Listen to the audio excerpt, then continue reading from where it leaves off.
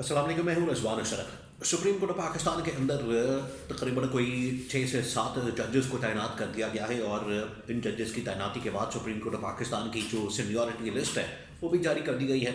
और उससे अंदाज़ा हो सकता है कि अगर सुप्रीम कोर्ट ऑफ पाकिस्तान के अंदर फुल कोर्ट बनता है, 26वीं आईनी तरमीम को जो चैलेंज किया गया है, जो दरखास्तें आई हैं, उस मामले के ऊपर अगर फुल कोर्ट बन जाता है तो वहाँ पर क्या पोजीशन बन सकती है, वहाँ पर क्या स्टेटस हो सकता है और वहाँ पर क्या सूरत हाल हो सकती है। तकरीबन कोई 24 से 25 जजेस को अब तैनात कर दिया गया है सुप्रीम कोर्ट पाकिस्तान में 26वीं आईनी तरमीम के बाद। तो उसके बाद मामला बिल्कुल बदल गया है, सिचुएशन बिल्कुल बदल गई है, सूरत हाल बिल्कुल बदल गई है। इसके ऊपर जस्टिस मंसूर अली शाह ने एक बार फिर से इजहार ख्याल किया है। जस्टिस मंसूर अली शाह की जानिब से हकीकत को बयान किया गया है और उनका एक स्टेटमेंट सामने आया है, जहाँ पर चीफ जस्टिस याह्या अफरीदी ने कुछ स्टेटमेंट्स दिए। उन्होंने भी सहाफ़ियों के साथ जो गैर रस्मी बात की, उसके हवाले से भी कुछ मालूमात है मेरे पास। जस्टिस मंसूर अली शाह ने जो जवाब दिया या उनकी जानिब से जो बयान दिया गया, स्टेटमेंट दी गई और सहाफ़ियों के साथ बात की गई, उस हवाले से भी बड़ी अहम तरीन मालूमात है। इसके अलावा जो इस्लामाबाद हाई कोर्ट के अंदर जस्टिस सरफराज डोगर को चीफ जस्टिस तैनात कर दिया गया है, उसके बाद वहाँ पर अब क्या पक रहा है, इसके हवाले से भी बड़ी अहम तरीन मालूमात मेरे पास मौजूद है। तो एक एक करके मैं आपके साथ शेयर कर रहा हूँ। ये इस वक्त सुप्रीम कोर्ट पाकिस्तान और पूरे अदलिया के महाज के ऊपर जो इस वक्त हमला किया गया और वहाँ पर ये अदालती बहरान पैदा हो चुका है, क्योंकि जजेस जो है वो बगावत कर रहे हैं। जजेस इस आईनी तरमीम को मानने से इनकारी हैं, वो इस तरमीम को नहीं मान रहे, तो उसकी वजह से बहुत ज़्यादा मसला पैदा हो चुका है। देखिए, हुकूमत ने तो पहले दिन से ये तय कर लिया था, हुकूमत ने तो पहले दिन से ये मामला जो है वो एक जहन बना लिया था और इसी सोच के साथ, इसी अप्रोच के साथ वो गवर्नमेंट के अंदर आए थे कि हम जिस तरीके से गैर आइनी तरीके से, गैर कानूनी तरीके से, बग़ैर आवाम की सपोर्ट और मैंडेट से, बग़ैर आवाम की हिमायत से, बग़ैर वोट के हुकूमत में आए हैं, तो अब हमें अपने इक़्तिदार को लंबा करने के लिए, इक़्तिदार को तूल देने के लिए, इक़्तिदार में रहने के लिए और कुर्सी के ऊपर चिमड़े रहने के लिए अब हमें गैर आइनी, गैर कानूनी काम करने पड़ेंगे और वो करेंगे तो उसके बाद ही अगला मामला जो है वो चलेगा। इसी वजह से इन्होंने जो पहले 6 महीने इन्होंने तो सेटिंग शूटिंग करते, पार्टियों के साथ लेन देन करते, मकमका करते और हुकूमत बनाने में लगा दिए। जैसे ही इनकी हुकूमत बन गई, 6 महीने बाद इन्होंने फिर 26वीं आईनी तरमीम के ऊपर काम शुरू कर दिया और 8वें से 9वें महीने में जाके इन्होंने वो पूरा ड्राफ्ट तैयार करके, पूरा एक गेम प्लान तैयार करके उस वक्त के चीफ जस्टिस कादी फाइज ईसा के साथ मिलाकर इन्होंने अदलिया को मुकम्मल तौर पर कंट्रोल कर दिया, आइन में तरमीम कर दी, आइन के ऊपर हमला कर दिया और सुप्रीम कोर्ट के ऊपर हमला कर दिया और निज़ाम अदल और इंसाफ का मुकम्मल तबाह बर्बादी फेर दी निज़ाम की। ये इनकी जानिब से किया गया।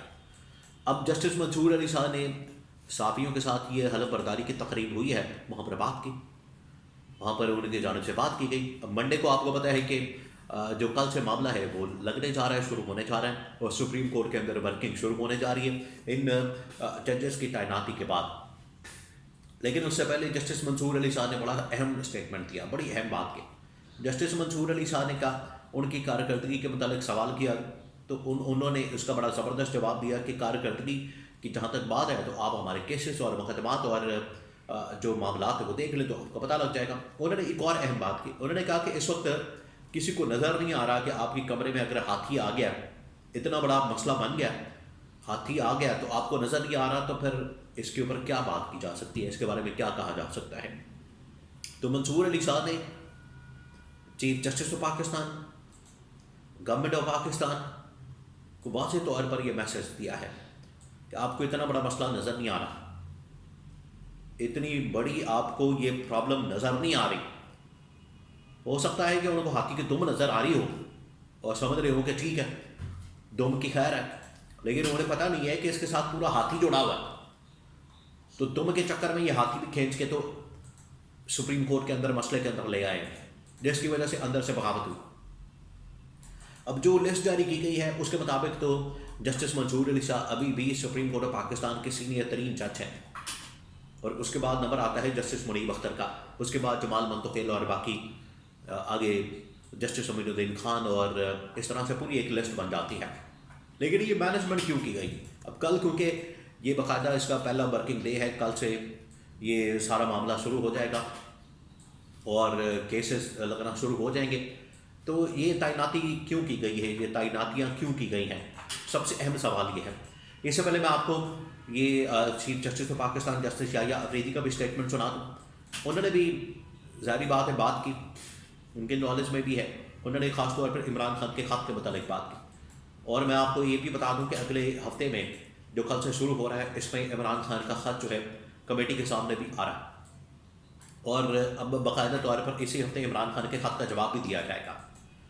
ادھر تو جو اسٹیبلشمنٹ کے پاس خطوط کا سلسلہ جاری ہے، ادھر سے تو جواب نہیں آ رہا۔ جنرل عاصم کی جانب سے جواب ضرور دیا گیا کہ میں تو اس خط کو پڑھنے کے اندر انٹرسٹڈ ہی نہیں ہوں، میرے پاس آیا ہی نہیں ہے، آئے گا تو میں بھیج دوں گا، میں نہیں پڑھوں گا، میں یہ کر دوں گا، میں وہ کروں گا۔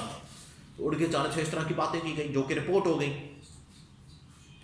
لیکن ادھر جو ہے اب ادھر باقاعدہ طور پر خط کا جواب دیا جائے گا، میں ابھی آپ کو خبر دے رہا ہوں، اور اس کو کمیٹی کے اندر ٹیک اپ کیا جائے گا، دیکھا جائے گا، پرکھا جائے گا، جانچ پڑتال کی جائے گی، اور 1 بائی 1 جو ہے اس کا جواب دیا جائے گا، اور سپریم کورٹ پاکستان کی جانب سے باقاعدہ پریس ریلیز کے ذریعے سے اس کو ایڈریس کیا جائے گا۔ تو یہ اگلے ہفتے ہونے جا رہا ہے۔ اب آ جائیں یہ سارا کچھ کیا کیوں گیا؟ یہ جو اس وقت 26ویں آئینی ترمیم کے بعد جو ہے وہ سپریم کورٹ پاکستان کے اندر اور اسلام آباد ہائی کورٹ کے اندر جو ججز لگائے گئے ہیں، یہ کس مقصد کے لیے کیے جا رہے ہیں؟ دو ہیں اس کے پیچھے وجوہات۔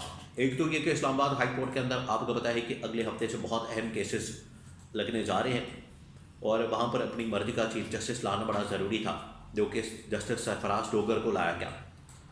بہت اہم کیسز وہاں پر لگنے جا رہے ہیں، اور ایسے کیسز، ایسے مقدمات جو کہ عمران خان کے خلاف اور عمران خان کے اگینسٹ ہیں، ان کو اب ٹیک اپ کیا جائے گا، اور اس میں عمران خان کے خلاف سزائیں سنائی جائیں گی، جس میں آپ کو بتائیں کہ ایک سائپر کا کیس بھی ہے، نکاح والا کیس بھی ہے، توشاخانہ کیس بھی ہے۔